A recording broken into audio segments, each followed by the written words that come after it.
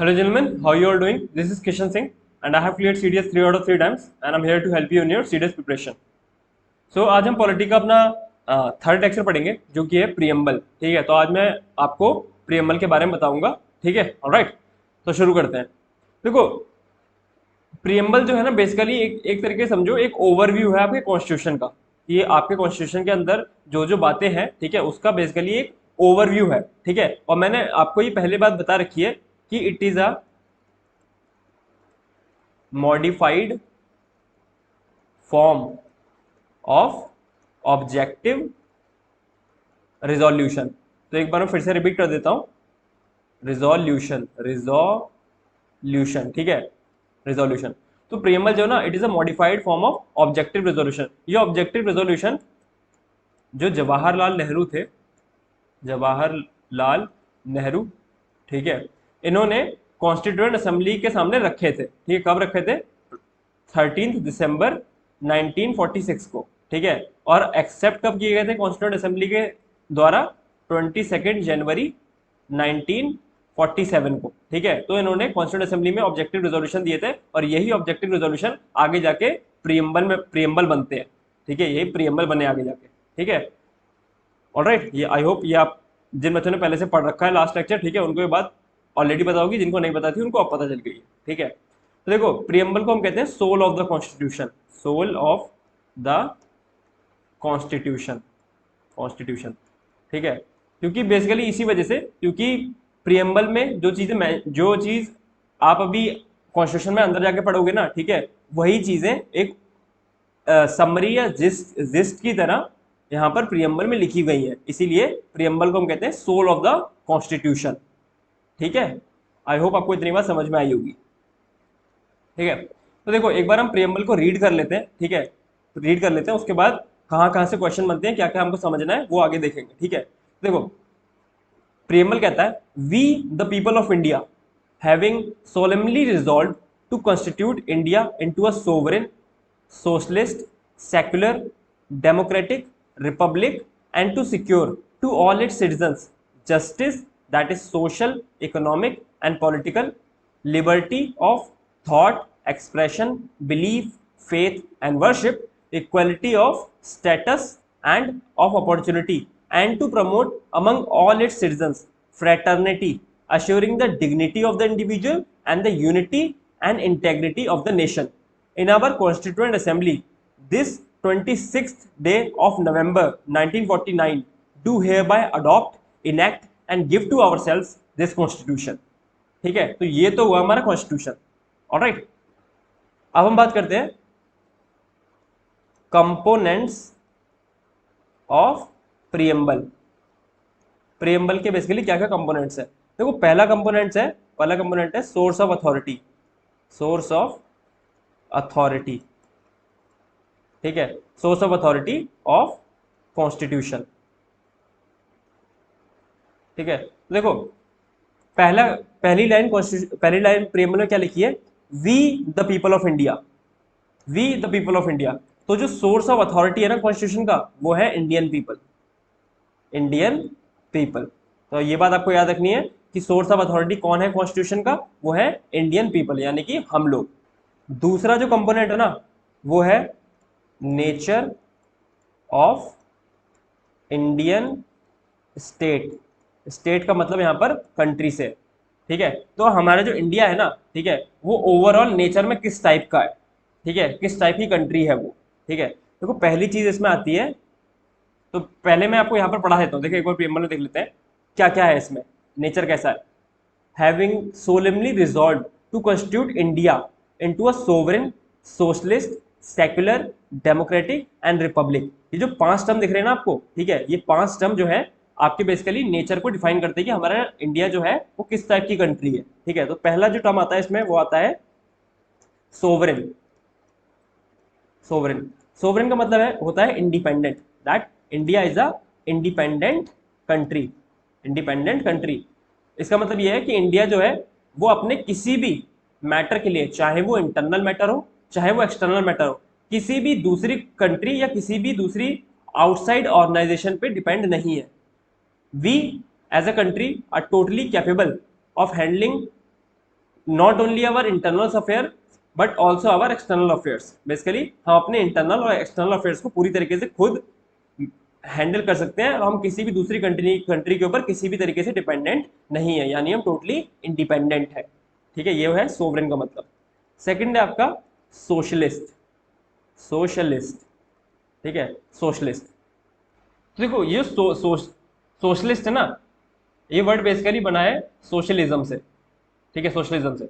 Socialism दो type का होता है, सोशलिज्म दो टाइप का होता है। एक होता है आपका कम्युनिस्टिक, कम्युनिस्टिक, ठीक है, और एक होता है आपका डेमोक्रेटिक, डेमोक्रेटिक। ठीक है, देखो कम्युनिस्टिक सोशलिज्म का मतलब क्या होता है कि जितनी भी चीजें है ना, जितनी भी चीजें हैं वो बेसिकली पब्लिक होंगी। बेसिकली आप कह सकते हो स्टेट के अंदर में होंगी, गवर्नमेंट के कंट्रोल में होंगी। ठीक है, और वहां पर जो प्राइवेट प्रॉपर्टी या प्राइवेट सेक्टर है ना, ठीक है, प्राइवेट प्रॉपर्टी प्राइवेट सेक्टर है, उसको एबॉलिश कर दिया जाता है। सब कुछ जो होगा वो बेसिकली स्टेट के अंडर में ही चलेगा, यानी गवर्नमेंट के अंडर में ही चलेगा, स्टेट के अंडर में चलेगा। बट जो डेमोक्रेटिक सोशलिज्म होता है ना, डेमोक्रेटिक सोशलिज्म जो कि हमारे देश में चलता है, वहां पर public and private sector coexist side by side. ठीक है, तो देखा होगा हमारे देश में, ठीक है, ऐसी बहुत सारी जगह है, ऐसी बहुत सारी चीजें हैं, चाहे वो एम्प्लॉयमेंट के बेसिस पे कह लो, ठीक है, या फिर वो प्रॉपर्टी के बेसिस पे कह लो, कि जो गवर्नमेंट के अंडर में है। गवर्नमेंट जॉब्स भी हैं हमारे पास हमारे देश में, और गवर्नमेंट प्रॉपर्टीज वगैरह भी है। ठीक है, और हमारे पास प्राइवेट प्राइवेट जॉब्स भी हैं, प्राइवेट सेक्टर भी है। ठीक है, लोग प्राइवेट जॉब्स भी कर रहे हैं और प्राइवेट प्रॉपर्टीज भी है लोगों के पास, ठीक है, जिन पे गवर्नमेंट का कोई हक नहीं है। ऑलराइट, तो बेसिकली जो हमारे देश में फॉलो होता है वो होता है डेमोक्रेटिक सोशलिज्म, जहां पर पब्लिक और प्राइवेट सेक्टर साथ में साइड बाय साइड एग्जिस्ट करते हैं। वहीं जो कम्युनिस्टिक सोशलिज्म होता है वहां पर जो भी होता है वो अंडर द गवर्नमेंट कंट्रोल होता है। ठीक है, और प्राइवेट प्राइवेट जैसी वहां पर कोई चीज नहीं होती है। ठीक है, जो प्राइवेट प्रॉपर्टी है, प्राइवेट सेक्टर को एबॉलिश कर दिया जाता है वहां पर। ठीक है, तो ये आपके मतलब का नहीं है। कम्युनिस्टिक जब मेरे को जस्ट समझाना था इसलिए मैंने बता दिया। जो हमारे देश में सोशलिज्म फॉलो किया जाता है वो है डेमोक्रेटिक सोशलिज्म।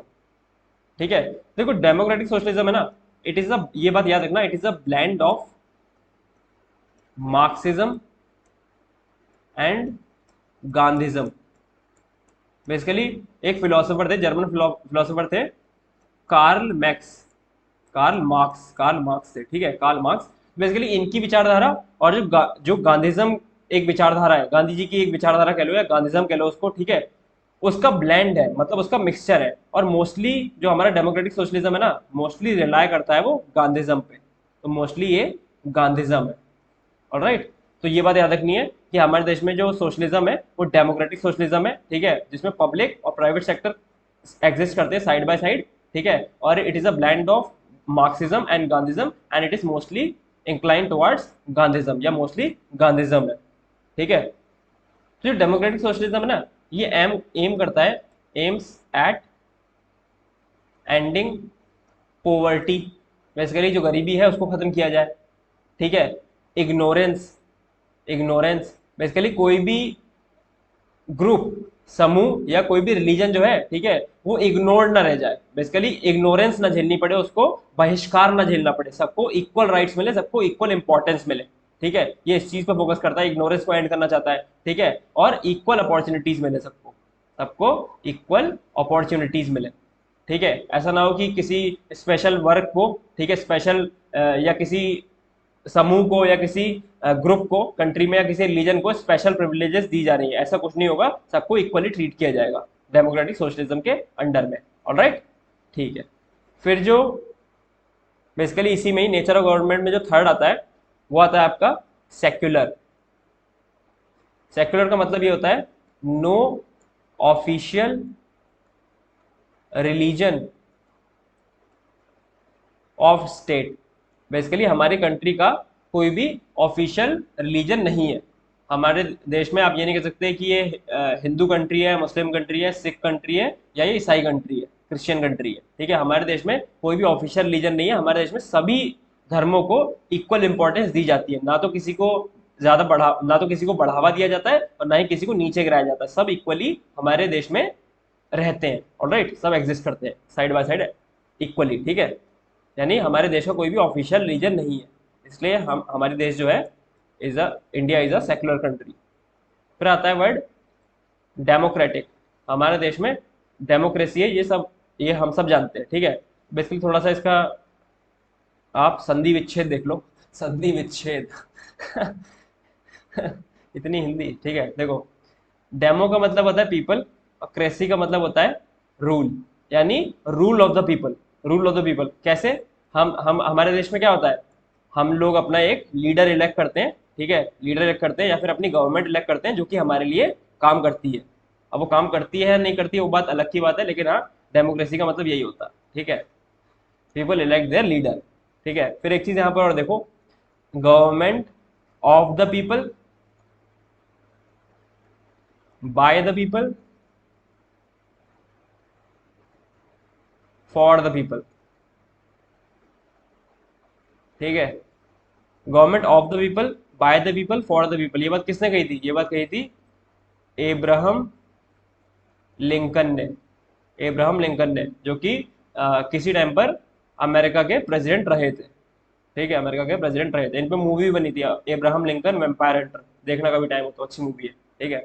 देखो, government of the people, basically जो गवर्नमेंट होगी वो बेसिकली लोगों की गवर्नमेंट होगी, क्योंकि लोग उसको बना रहे हैं और लोगों के लिए ही बनी होगी। तो देखो, government of the people, by the people, हम लोग इलेक्ट करते हैं, डेमोक्रेसी में लोग अपनी गवर्नमेंट को इलेक्ट करते हैं, और फिर फॉर द पीपल, और किसके लिए इलेक्ट करते हैं? अपने लिए, ताकि वो जो गवर्नमेंट है वो लोगों के लिए काम करे, ठीक है। So government of the people, लोगों की सरकार है, लोगों के द्वारा है और लोगों के लिए है, ठीक है। ये बात एब्राहम लिंकन ने कही थी, ठीक है।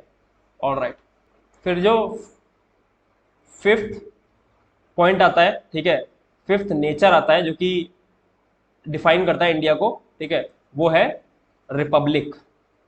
रिपब्लिक, ठीक है। रिपब्लिक का मतलब देखो क्या होता है। रिपब्लिक का मतलब होता है कि जो जो हमारी कंट्री है ना, इंडिया, ठीक है, उसका एक हेड होगा, head of state. Head of state यानी जो हमारी कंट्री है उसका हेड होगा, जिसको हम क्या कहते हैं? प्रेसिडेंट, जिसको हम प्रेसिडेंट कहते हैं। और ये जो हेड होगा ना, ठीक है, ये इलेक्टेड होगा, इलेक्टेड, ठीक है, मतलब ये चुना हुआ होगा, इलेक्ट करा हुआ, ठीक है। और इसका एक फिक्स्ड टेन्योर होगा, फिक्स्ड टेन्योर, ठीक है। जैसे कि हमारी कंट्री में जो प्रेसिडेंट साहब का टेन्योर होता है वो 5 साल का होता है, ठीक है। तो फिक्स्ड टेन्योर होगा और वो चुना जाएगा, चुन के वो बेसिकली प्रेसिडेंट बनेगा या फिर हेड ऑफ द स्टेट बनेगा, ठीक है। और देखो, एक ये तो हो गया रिपब्लिक, जो कि हमारी कंट्री में, जैसे इंग्लैंड है ना, वहां पर क्या है? वहां पर मोनार्क है, मोनार्क है। तो वहां पर ये जो हेड ऑफ स्टेट की जो पोजीशन है ना, कि एक हेड होगा, वो हेरिडेटरी है, हेरिडेटरी। बेसिकली वही है ना कि राजा का बेटा राजा बनेगा, वही वाली बात जो है वो इंग्लैंड में है। तो ये तो बात हुई हमारे, बेसिकली दो कंपोनेंट्स हो गए, एक तो सोर्स ऑफ अथॉरिटी हो गया, दूसरा हो गया आपका नेचर कैसा है इंडियन स्टेट का, ठीक है। अब यहाँ पर तीसरा जो कंपोनेंट आता है हमारे प्रियम्बल का, वो है ऑब्जेक्टिव्स। क्या है हमारे कॉन्स्टिट्यूशन के ऑब्जेक्टिव्स? हमारे कॉन्स्टिट्यूशन के ऑब्जेक्टिव्स क्या क्या है, ठीक है।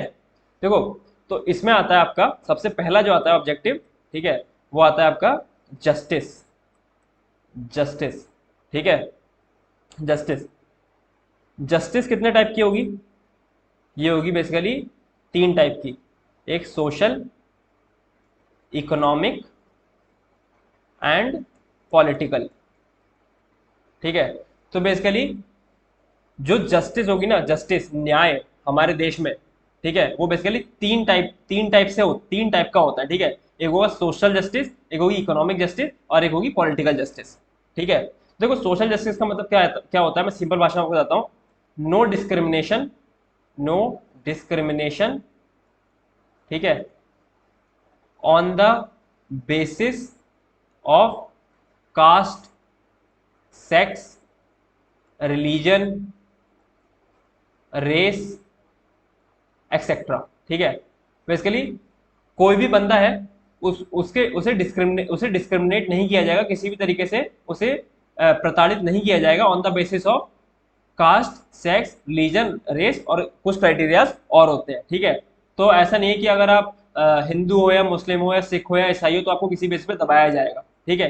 तो बेसिकली जो आपको जस्टिस मिल जो हमारे देश में जस्टिस है, न्याय है, ठीक है, वो बेसिकली आपको इस तरीके के डिस्क्रिमिनेशन से बचाएगा, ठीक है। तो सोशल जस्टिस क्या होती है कि आपसे basically caste, sex, religion, race वगैरह के बेसिस पे आपके साथ डिस्क्रिमिनेशन नहीं किया जाएगा, ठीक है। आई होप इतनी बात आपको समझ में आ गई होगी। इसे कहते हैं सोशल जस्टिस।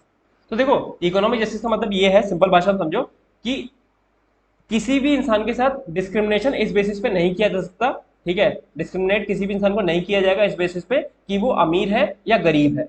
ऐसा नहीं होगा कि अमीर को डिस्क्रिमिनेट किया जा रहा है, या फिर ऐसा भी नहीं होगा कि किसी गरीब को डिस्क्रिमिनेट किया जा रहा है उसकी गरीबी के बेसिस पे। तो वेल्थ के बेसिस पे डिस्क्रिमिनेशन नहीं होगा, वेल्थ के बेसिस पे डिस्क्रिमिनेशन नहीं होगा हमारी कंट्री में, ठीक है। तो इसको हम बोलते हैं इकोनॉमिक जस्टिस, ठीक है, इकोनॉमिक जस्टिस। इकोनॉमी के बेसिस पे सबके साथ एक समान व्यवहार होगा, ठीक है। फिर आता है आपका पॉलिटिकल, ठीक है। पॉलिटिकल का मतलब क्या है, बेसिकली इक्वल पॉलिटिकल राइट्स मिलेंगे सबको, इक्वल पॉलिटिकल राइट्स मिलेंगे, ठीक है। इक्वल पॉलिटिकल राइट्स मिलेंगे। जितने भी पब्लिक या पॉलिटिकल ऑफिस है ना, पब्लिक कह लो या फिर जो पॉलिटिकल ऑफिस है, ठीक है, पॉलिटिकल ऑफिस है, ऑफिसेज है, ठीक है, वो सबके लिए खुले हुए हैं। बेसिकली कोई भी इंसान इन पब्लिक और पॉलिटिकल ऑफिस को अपने काम के लिए या किसी और पर्पज से एक्सेस कर सकता है। ऐसा नहीं होगा कि किसी स्पेशल वर्ग के लोगों को ही इन पब्लिक या पॉलिटिकल ऑफिस में एंट्री मिलेगी या एक्सेस मिलेगी, ठीक है। तो ये पब्लिक और पॉलिटिकल ऑफिसेज बेसिकली सबके लिए खुले हुए हैं। और बेसिकली पॉलिटी या फिर पॉलिटिकल बेसिस पे जितनी भी अपॉर्चुनिटीज है ना, अपॉर्चुनिटीज, ठीक है, अपॉर्चुनिटीज वो बेसिकली सबको एक बराबर मिलेंगी।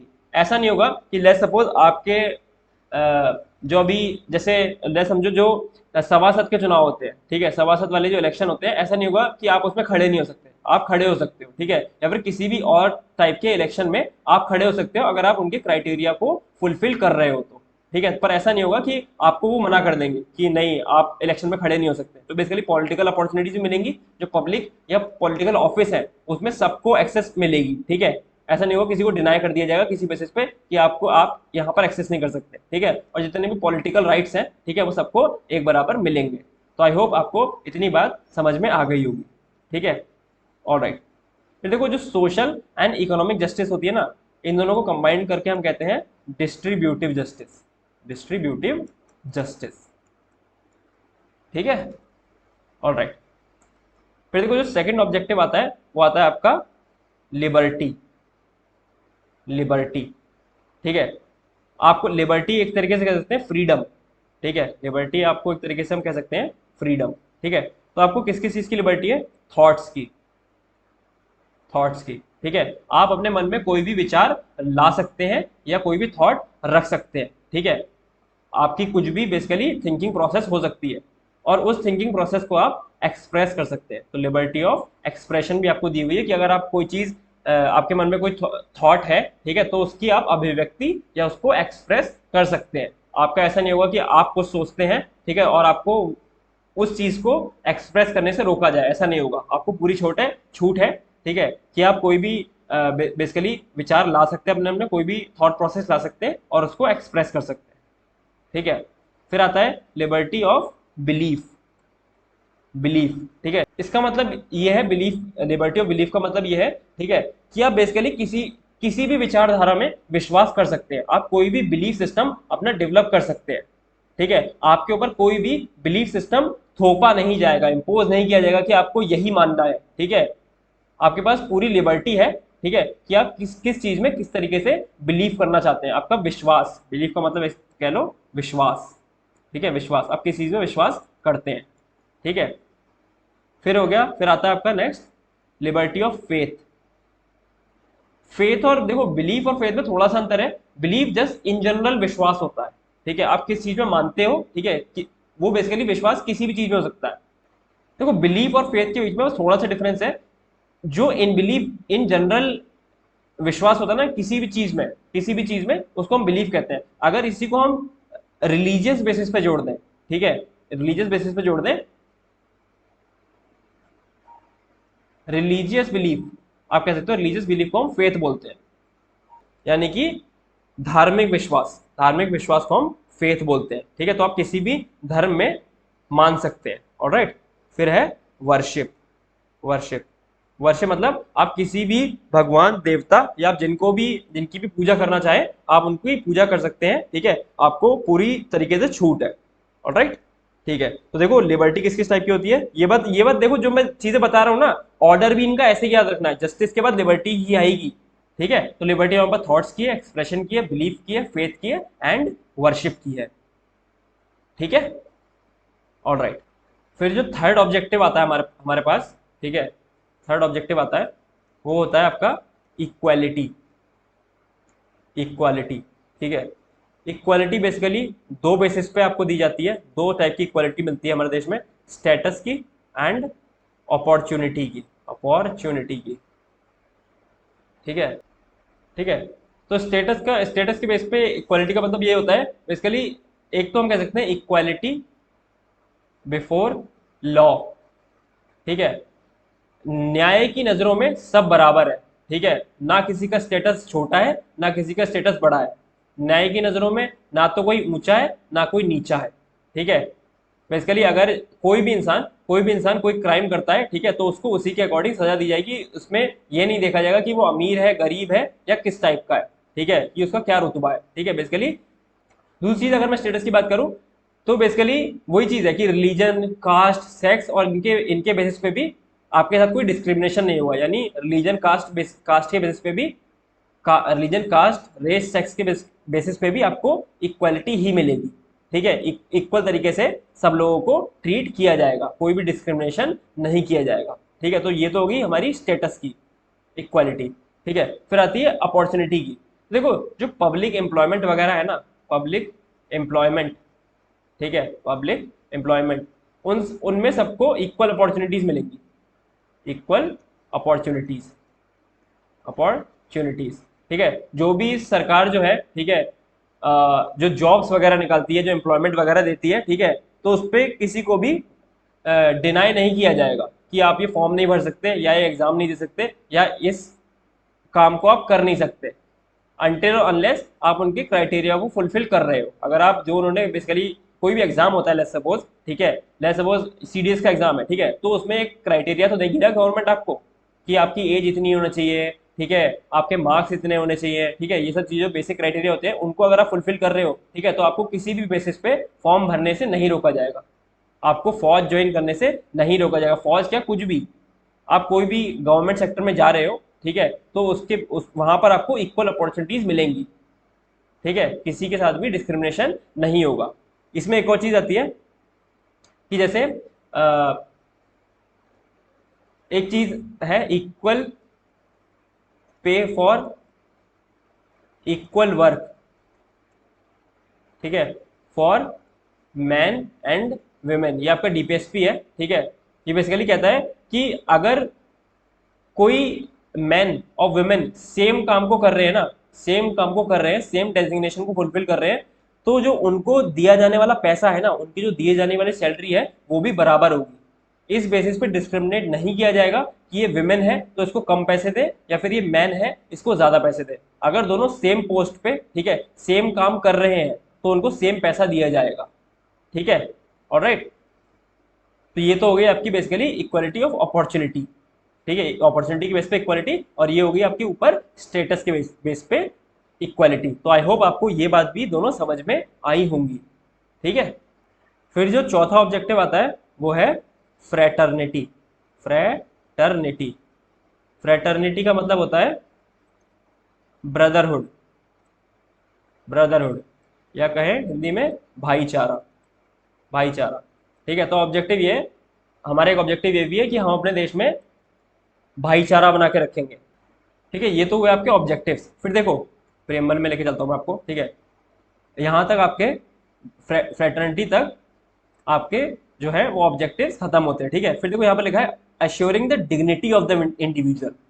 तो डिग्निटी ऑफ इंडिविजुअल, इंडिविजुअल, देखो जब हम बात करते हैं ना फ्रेटर्निटी की, ब्रदरहुड की, ठीक है, तो फ्रेटर्निटी या ब्रदरहुड तब तक पॉसिबल नहीं है जब तक हर एक पर्सन, ठीक है, लेस समझो, अगर आप फ्रेटर्निटी या ब्रदरहुड की बात कर रहे हो तो आप भाईचारे की बात कर रहे हो, तो भाईचारा तभी होगा ना जब किसी बंदे को जो वो रिस्पेक्ट डिजर्व करता है, रिस्पेक्ट डिजर्व करता है, ठीक है, वो उसको मिले, ठीक है, उसके साथ बेसिकली भेदभाव ना हो, भेदभाव ना हो, उसके साथ डिस्क्रिमिनेशन ना हो, डिस्क्रिमिनेशन ना हो किसी भी बेसिस पे, ठीक है, तब तो आप कह सकते हो कि भाईचारा होगा। और अगर आप भाईचारे की बात करो, ऐसा नहीं कह सकते कि एक बंदा है, ठीक है, आप कह रहे हो हमारे देश में या हमारे ग्रुप में भाईचारा है, या हमारा 3-4 लोगों का ग्रुप है, जैसे समझो एक कंट्री है, छोटी सी कंट्री को रिप्रेजेंट कर रहे हो ग्रुप से, आप कह रहे हो कि हमारे चारों के बीच में भाईचारा है, ठीक है, और करते क्या हो,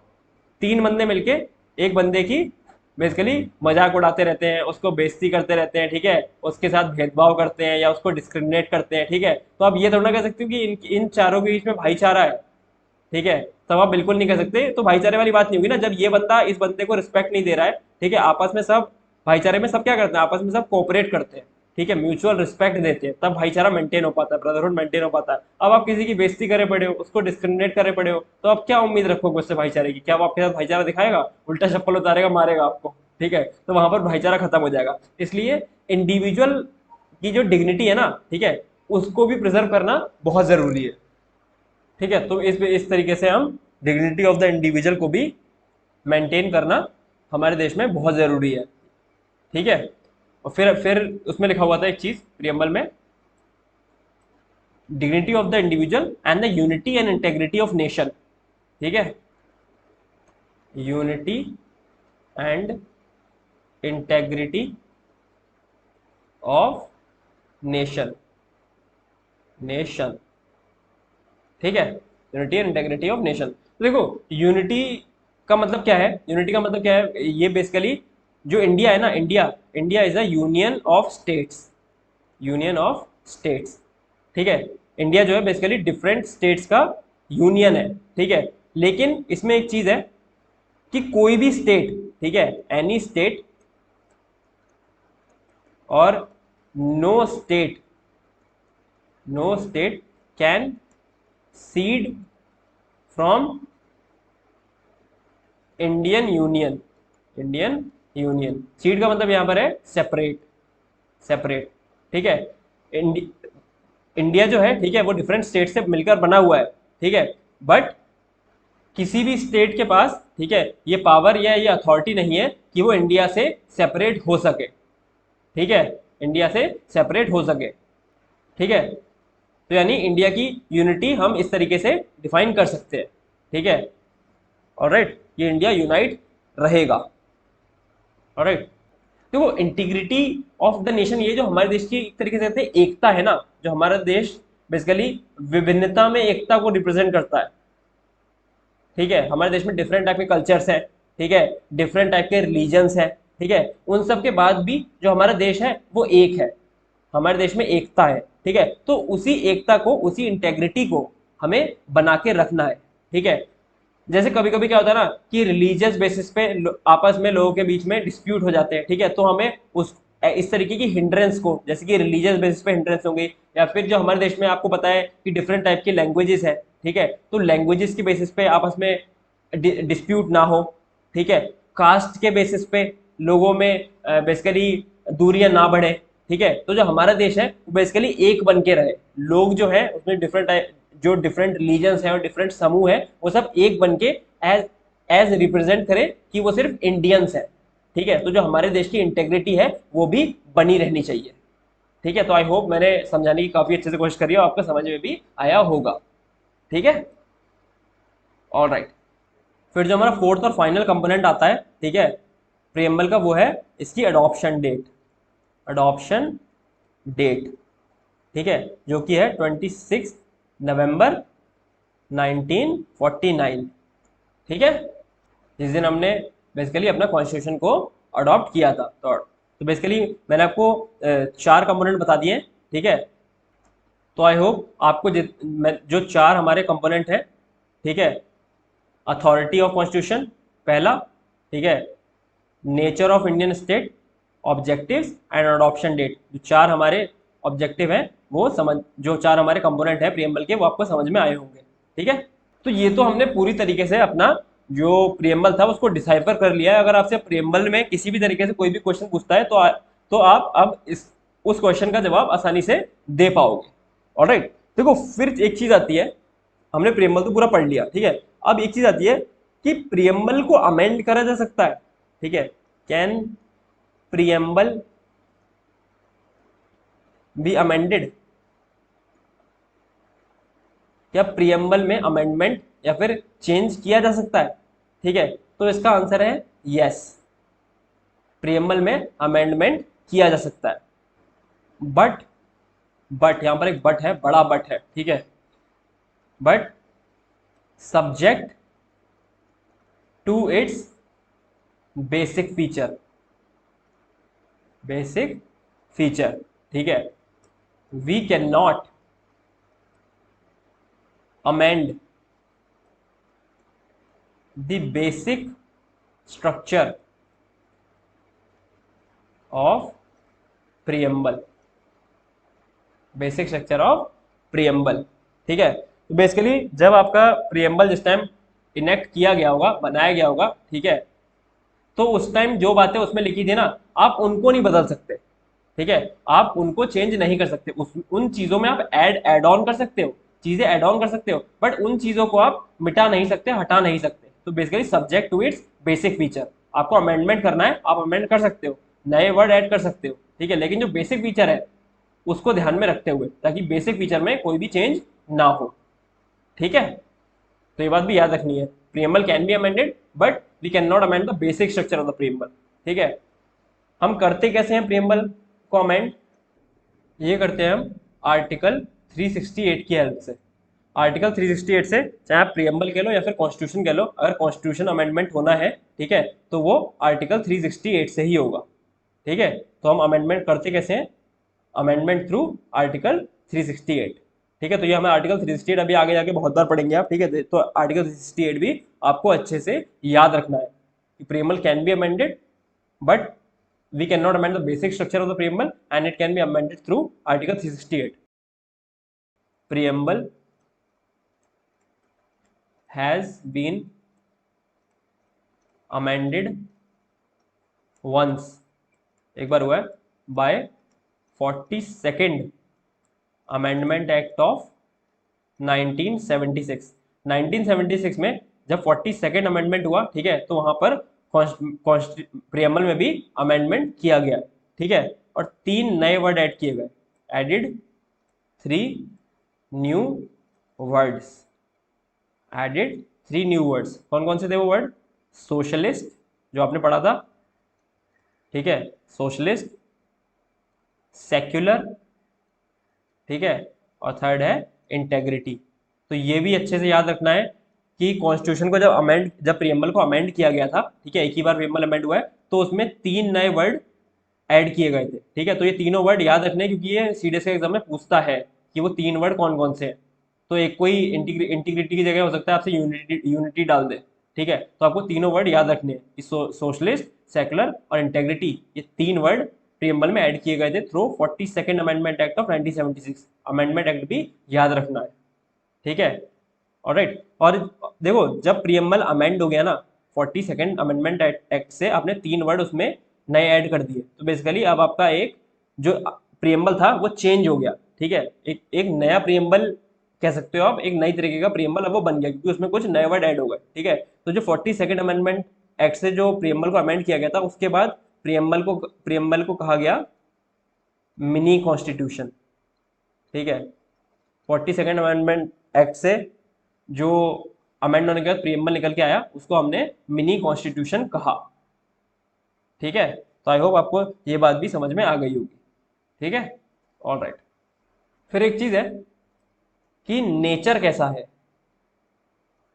प्रियम्बल का नेचर कैसा है, ठीक है। तो ये है आपका नॉन जस्टिसिएबल। तो ये भी आपको बात याद रखनी है कि preamble by nature non justiciable है। नॉन जस्टिसिएबल का मतलब ये है can not enforce terms written in preamble by court of law, ठीक है।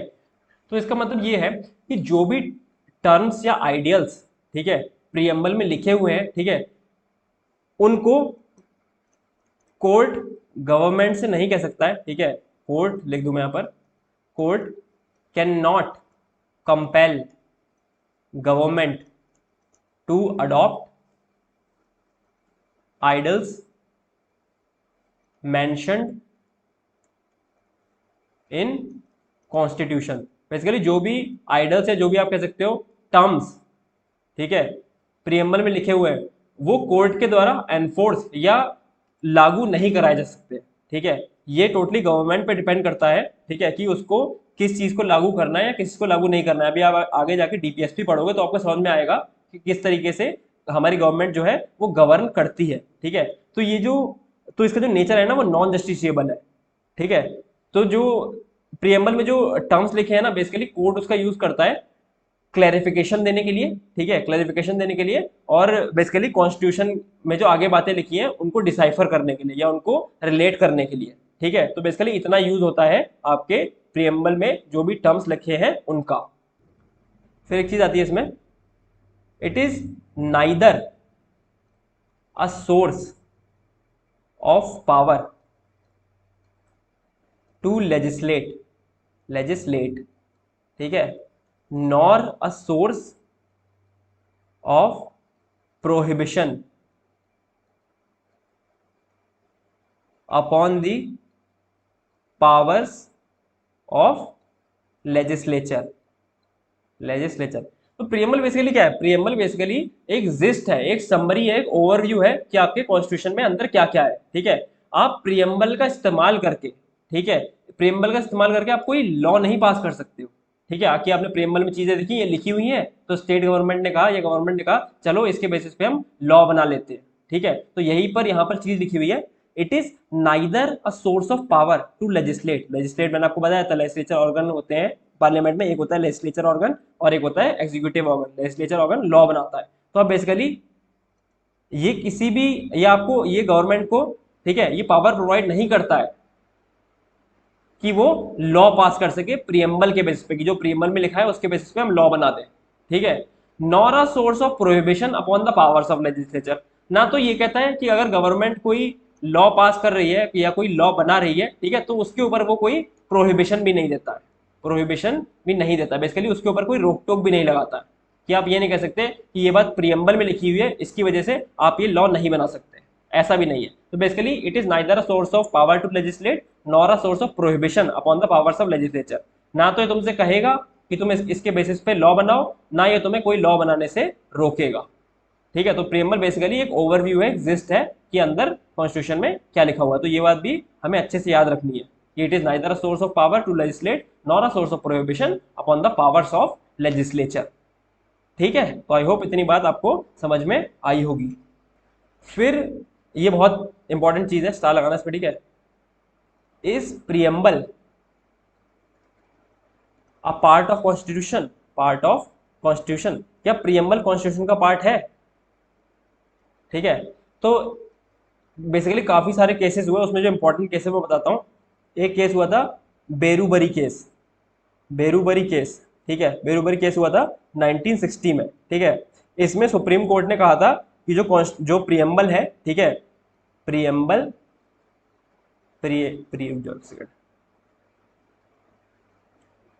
Preamble is not a part of constitution. ये प्रियम्बल कॉन्स्टिट्यूशन का पार्ट नहीं है, ये बेरूबरी केस में कहा गया था। फिर एक केस हुआ Kesavananda Bharati versus state of Kerala. Kesavananda Bharati versus state of Kerala नाम से केस था, ये हुआ था 1973 में। ठीक है, इसमें सुप्रीम कोर्ट ने कहा yes, preamble is a part of constitution. इसमें सुप्रीम कोर्ट ने कहा हाँ, प्रियम्बल कॉन्स्टिट्यूशन का पार्ट है। ठीक है, इस केस में हाईएस्ट नंबर ऑफ जजेस बैठे थे, इस केस में हाईएस्ट नंबर ऑफ जजेस बैठे थे। ठीक है, कितने थे? 13। तो केशवानंदा भारती केस में कितने जजेस बैठे थे? 13 जजेस बैठे थे। ठीक है, और उनका जो डिसीजन आया था वो 7:6 में आया था। ठीक है, 7 लोगों ने कहा था कि हाँ, प्रियम्बल कॉन्स्टिट्यूशन का पार्ट है और 6 लोगों ने कहा था नहीं प्रियम्बल कॉन्स्टिट्यूशन का पार्ट नहीं है। तो बेसिकली 7:6 की मेजोरिटी से प्रियम्बल को कॉन्स्टिट्यूशन का पार्ट घोषित कर दिया गया था। ठीक है, तो इस केस में हाईएस्ट नंबर ऑफ जजेस बैठे थे केशवानंद भारती केस में। अभी तक जितने भी जज बैठे हैं किसी कॉन्स्टिट्यूशनल केस में, ठीक है, कॉन्स्टिट्यूशनल केस में, उसमें सबसे ज्यादा जज बैठे हैं केशवानंद भारती केस में। ठीक है, तो जो कॉन्स्टिट्यूशनल केस होता है ना, ठीक है, उसमें जो जजेस बैठते हैं वो हमेशा ऑड नंबर में बैठते हैं, ऑड नंबर ऑफ जजेस, बेसिकली ताकि कभी भी टाई का ऑप्शन ना आ पाए, कभी भी जो है डिसीजन वो टाई ना आए, ड्रॉ डिसीजन ना आए। ठीक है, हमेशा एक फेवर में डिसीजन जाए ही जाए, इसलिए कॉन्स्टिट्यूशनल केस में जब जज बैठते हैं वो ऑड नंबर में बैठते हैं। ठीक है, और मिनिमम 5 जज तो बैठेंगे ही जब कॉन्स्टिट्यूशन से रिलेटेड कोई केस होगा, तो उसमें मिनिमम 5 जजेस तो बैठने ही चाहिए। ठीक है, ऑलराइट। तो ये बात भी याद रखना कि बेरूबरी केस में मना कर दिया था सुप्रीम कोर्ट ने कि प्रियम्बल कॉन्स्टिट्यूशन का पार्ट नहीं है, और Kesavananda Bharati versus state of Kerala जो 1973 में केस हुआ था उसमें सुप्रीम कोर्ट ने कहा था yes preamble is a part of constitution. एक पॉइंट और देखो यहाँ पर, ठीक है, जो हमारे कॉन्स्टिट्यूशन का, ठीक है, एक चीज होती कॉन्स्टिट्यूशन का बेसिक स्ट्रक्चर। ठीक है, बेसिक स्ट्रक्चर, तो कॉन्स्टिट्यूशन के बेसिक स्ट्रक्चर को डिफाइन करने की पावर, डिफाइनिंग पावर कि कॉन्स्टिट्यूशन का बेसिक स्ट्रक्चर क्या है, ये डिफाइनिंग पावर किसके पास है? ये डिफाइनिंग पावर है हमारे ज्यूरिस्ट के पास। बेसिकली जो हमारे जजेस हैं सुप्रीम कोर्ट के, ठीक है, वो basically time to time define करते रहते हैं कॉन्स्टिट्यूशन का बेसिक स्ट्रक्चर क्या है, क्योंकि कॉन्स्टिट्यूशन का बेसिक स्ट्रक्चर ना, ठीक है, एग्जैक्टली कहें तो वो जजेस को भी नहीं पता है। ओवर द टाइम जब केसेस वगैरह आते रहते हैं, ठीक है, तो उस हिसाब से वो डिफाइन करते रहते हैं। जैसे कि Kesavananda Bharati versus state of Kerala case में हुआ, जो आपका केशवानंदा, अभी मैंने पीछे बताया ना केशवानंदा भारती वाला केस, ठीक है, केशवानंदा भारती वाले केस में क्या कहा उन्होंने? कहा preamble is a part of constitution, ठीक है, and basic structure of constitution can not be amended. ठीक है, तो यहां पर केशवानंद भारती वाले केस में दो बातें निकल के आई, एक तो प्रियम्बल कॉन्स्टिट्यूशन का पार्ट है, ठीक है, और दूसरी बात बेसिक स्ट्रक्चर जो है कॉन्स्टिट्यूशन का उसमें अमेंडमेंट नहीं हो सकता। जैसे मैंने प्रियम्बल का बेसिक स्ट्रक्चर बताया था, वहां पर हम कह रहे थे कि प्रियम्बल में अमेंडमेंट तो कर सकते हैं हम, but subject to its basic feature. ठीक है, बेसिक स्ट्रक्चर में हम अमेंडमेंट नहीं कर सकते। तो यही चीज केशवानंदा भारती केस में ये वाली चीज निकल के आई थी कि बेसिक स्ट्रक्चर जो है कॉन्स्टिट्यूशन का उसमें अमेंडमेंट नहीं किया जा सकता, वो जैसा बन गया था, ठीक है, वो वैसा है। और सबसे कड़ी बात कि बेसिक स्ट्रक्चर डिफाइन ही नहीं है। ठीक है, तो मैंने आपको बताया कि ओवर द टाइम जब जैसे जैसे केसेस वगैरह आते रहे उसके हिसाब से तो सुप्रीम कोर्ट बताता गया कि अच्छा ये थोड़ा बेसिक स्ट्रक्चर का पार्ट है, ठीक है, और प्रियम्बल का जो बेसिक स्ट्रक्चर है उसमें अमेंडमेंट नहीं हो सकता। फिर आगे जो हम फ्यूचर में देखेंगे उसमें कोई केस आएंगे तो उसमें फर्दर जो हमारा कॉन्स्टिट्यूशन का बेसिक स्ट्रक्चर है वो और डिफाइन होगा सुप्रीम कोर्ट के द्वारा। ठीक है, ऑलराइट। तो अगर पूरी बात समझ में आ गई है बहुत अच्छी बात है, ठीक है, थोड़ा कंफ्यूजन है वैसे समझ में आ गई हो, कोई दिक्कत वाली बात नहीं है। तो भी इतनी बात याद रखना कि कॉन्स्टिट्यूशन का जो बेसिक स्ट्रक्चर है उसकी जो डिफाइनिंग पावर है वो ज्यूरिस्ट के पास है। ठीक है, और केशवानंद भारती केस में ये जो दो बातें कही गई थी इनको भी आप दिमाग में रखेंगे अच्छे से। ठीक है, क्योंकि ये पूछ लेता है कि प्रियम्बल को कब ये बताया गया कि प्रियम्बल कॉन्स्टिट्यूशन का पार्ट है, तो Kesavananda Bharati versus state of Kerala 1973 का जो केस था उसमें बताया गया। फिर एक पार्ट और देख लो कि जब कॉन्स्टिट्यूशन बन गया था ना तो preamble was made after the enactment of constitution. जब पूरा कॉन्स्टिट्यूशन बन गया था ना उसके बाद जो है आपका प्रियम्बल बनाया गया था। ऑलराइट, तो आई होप आपको पूरा प्रियम्बल समझ में आया होगा। ठीक है, मैंने अपना बेस्ट ट्राई किया है यार प्रियम्बल समझाने के लिए, और आई होप मैंने काफ़ी अच्छे से समझा दिया होगा। ठीक है, तो फिर नोट्स बनाइए, पढ़ते रहिए, रिवाइज करते रहिए, मिलते हैं अगले वीडियो में। Okay, bye.